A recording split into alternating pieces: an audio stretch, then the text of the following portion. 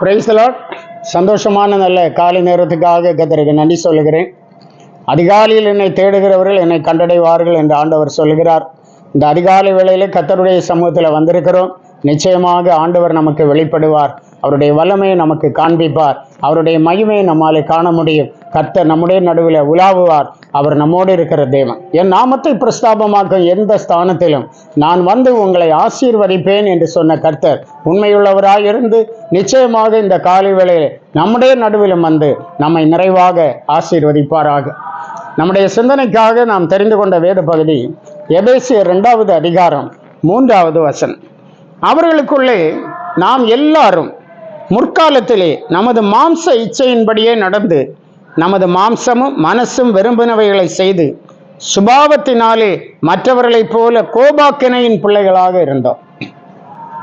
முற்காலத்திலே நாம் ரட்சிக்கப்படுவதற்கு முன்பாக, நாம் கிறிஸ்துவை அறிகிறதற்கு முன்பாக, நாம் தேவனுடைய சித்தம் செய்வதற்கு நம்மை ஒப்பு கொடுப்பதற்கு முன்பாக, முற்காலத்திலே நாம் எல்லாரும் நமது மாம்ச இச்சையின்படியே நடந்தோம். நமது மாம்சமும் மனதும் விரும்பினவைகளை தாராளமாய் நாம் செய்தோம். சுபாவத்தினாலே மற்றவர்களைப் போல கோபாக்கினையின் பிள்ளைகளாக இருந்தோம். இந்த உலகத்தில் 2 விதமான ஜனங்கள் இருக்கிறார். ஒன்று கோபாக்கினையின் பாத்திரங்கள், இனி ஒன்று கிருபா பாத்திரங்கள். அதாவது ஒரு கூட்டத்தார் தேவனுடைய கிருபையை பெற்ற ஜனங்கள், இன்னொரு கூட்டத்தார் தேவனுடைய உக்கிர கோபத்தை பெற்ற ஜனங்கள் என்று பார்க்கிறோம். அதான் கோபாக்கினையின் பாத்திரங்கள், கிருபையின் பாத்திரங்கள். நாம் எப்படி இருக்கிறோம்? கோபாக்கினையின் பாத்திரமாய் இருக்கிறோமா, கிருபையின் பாத்திரமாய் இருக்கிறோமா? இன்றைக்கு உலகத்தில் எவ்வளவு சம்பவங்கள் நடக்கிறது, எவ்வளவு யுத்தங்கள் நடக்கிறது, எவ்வளவு பிரச்சனைகள் நடக்கிறது. எங்கு போனாலும் பிரச்சனை. கோபாக்கினையின் பாத்திரங்கள் அழிவுக்குரியவர்களாக இருக்கிறார்கள். ஆனால் கிருபா பாத்திரங்கள் தேவனுடைய இரக்கத்தை பெற்ற ஜனங்களாக இருக்கிறார்கள். அன்பான தேவ பிள்ளையே, நீயும் உன்னுடைய குடும்பம், உன்னுடைய தலைமுறைகளும் கிருபா பாத்திரங்களாக இருக்க வேண்டும். தேவனுடைய கிருபையை பெற்ற ஜனங்களாக இருக்க வேண்டும்.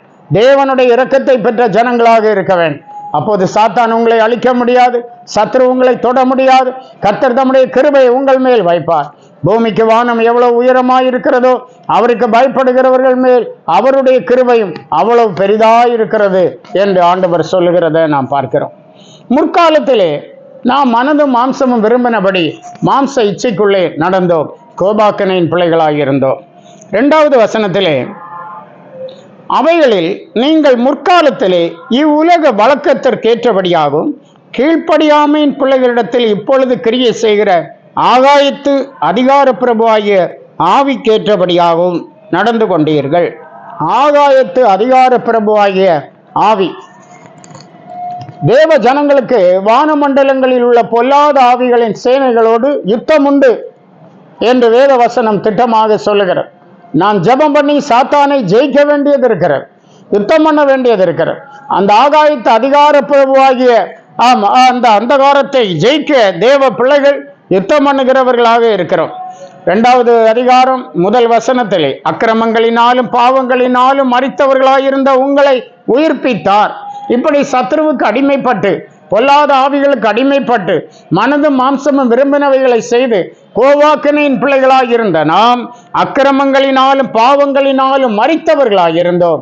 ஆனால் கிறிஸ்துவின் வார்த்தையோ கிறிஸ்துவின் வசனமோ நம்மை உயிர்ப்பித்தது. ஆண்டவருடைய வார்த்தை எப்போது நம்மை உயிர்ப்பிக்கிறது. சங்கீதக்காரன் சொல்கிறான், என் ஆத்துமா மண்ணோடு ஒட்டி கொண்டிருக்கிறது, உம்முடைய வார்த்தை, உம்முடைய வசனம் என்னை உயிர்ப்பித்தது. ஆண்டவருடைய வசனத்தை நாம் கேட்கும்போது இந்த பூமியை விட்டு, மண்ணான காரியங்களை விட்டு, மாம்சமான காரியங்களை விட்டு நம்முடைய இருதயம் உயிர்ப்பிக்கப்படுகிறது. கிறிஸ்துவுக்காக வாழ வேண்டும் என்கிற ஒரு நம்பிக்கை நம்மிலே உண்டாகிறது என்று பார்க்கிறோம். ரோமருக்கு எழுதப்பட்ட நிருபத்தில் படிக்கும்போது அக்கிரமத்தை நடப்பிக்கும்படி முன்னே நீங்கள் உங்கள் அவயவங்களை அசுத்தத்திற்கும் அக்கிரமத்திற்கும் அடிமைகளாக ஒப்பு கொடுத்தது போல. முன்னாலே என்ன அது? கெட்ட வார்த்தை பேசணும், ஆகாத சிந்தனைகள், ஆகாத செயல்கள், தேவையில்லாத இடங்களுக்கு ஓடின கால்கள் எல்லாம் நம்மிடத்தில் இருந்தது. அக்கிரமத்தை நடப்பிக்கும்படி நம்முடைய அவயவங்களை அசுத்தத்திற்கு ஒப்பு கொடுத்திருந்தோம். அப்படி போல இப்பொழுது பரிசுத்தமானதை நடப்பிக்கும்படி உங்கள் அவயவங்களை நீதிக்கு அடிமைகளாக ஒப்புக் கொடுங்கள் என்று சொல்லுகிறார். இன்றைக்கு பரிசுத்தமான காரியங்களை நடப்பிக்கும்படி தேவனுக்கு பிரியமான காரியங்களை நடப்பிக்கும்படி, தேவ சித்தத்தை நடப்பிக்கும்படி உங்கள் அவயவங்களை கிறிஸ்துவுக்காக நீங்கள் நீதியின் ஆயுதங்களாக ஒப்புக் கொடுங்கள் என்று சொல்லுகிறத பார்க்கிறோம். ஒரு காலத்தில் வாயினால கெட்ட வார்த்தை பேசிக் கொண்டிருந்தோம். ஆனால் இன்றைக்கு அப்படி அல்ல. பாருங்க, கர்த்தரை நான் எக்காலத்திலும் ஸ்தோத்தரிப்பேன், அவர் துதி எப்போதும் என் வாயில் இருக்கும் என்று சொல்லப்பட்டபடி என் வாயினால் ஆண்டவரை துதிக்கிறேன், ஆண்டவரை கனப்படுத்துகிறேன், ஆண்டவரை மகிமைப்படுத்துகிறேன். எவ்வளவு பெரிய வித்தியாசம் பாருங்க. அப்படி நம்முடைய அவயவங்களை நீதியின் ஆயுதங்களாக தேவனுக்கு ஒப்புக் கொடுக்க வேண்டும். முற்காலத்திலே நம்முடைய நடத்தை ரோமர் 6ஆம் அதிகாரம் 21ஆம் வசனத்திலே படிக்கிறோம். உங்களுக்கு வெட்கமாக தோன்றுகிற காரியங்களினாலே அக்காலத்திலே உங்களுக்கு என்ன பலன் கிடைத்தது? முற்காலத்திலே நம்முடைய கிரியையினாலே, செயல்களினாலே, அடிமைத்தன மாம்சீக கிரியைகளினாலே நமக்கு என்ன பலன் கிடைத்தது?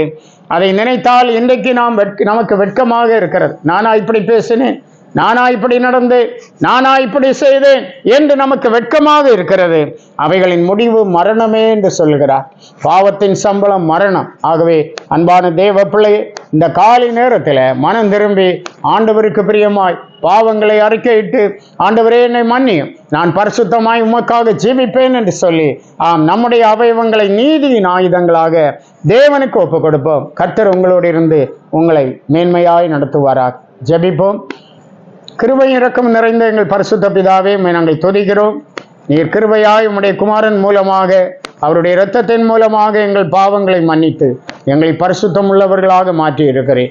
இந்த நாட்களில் எங்கள் அவயவங்களை நாங்கள் தேவனுக்கு ஒப்புக் கொடுக்கிறோம். தேவ சித்தத்தை செய்யும்படியாய் ஒப்புக் கொடுக்கிறோம். ஆண்டவருக்கு பிரியமானதை செய்யும்படி ஒவ்வொருவரையும் பிரயோஜனப்படுத்தும். தேவ ஜனங்களாய் இருக்கட்டும். உம்முடைய வருகையில் உம்மை சந்திக்கிறவர்களாய் காணப்படட்டும். உடைய பிள்ளைகளை இந்த காலை வேளையில் என் ஆண்டவர் நிறைவாய் ஆசீர்வதிக்கும்படியாய் ஜெபிக்கிறோம். துதிக்கான மகிமை எல்லாம் எடுத்துக்கொள்ளும், பலப்படுத்தும். இயேசுவின் மூலம் கேட்கிறோம் பிதாவே. ஆமென், ஆமென். God bless you.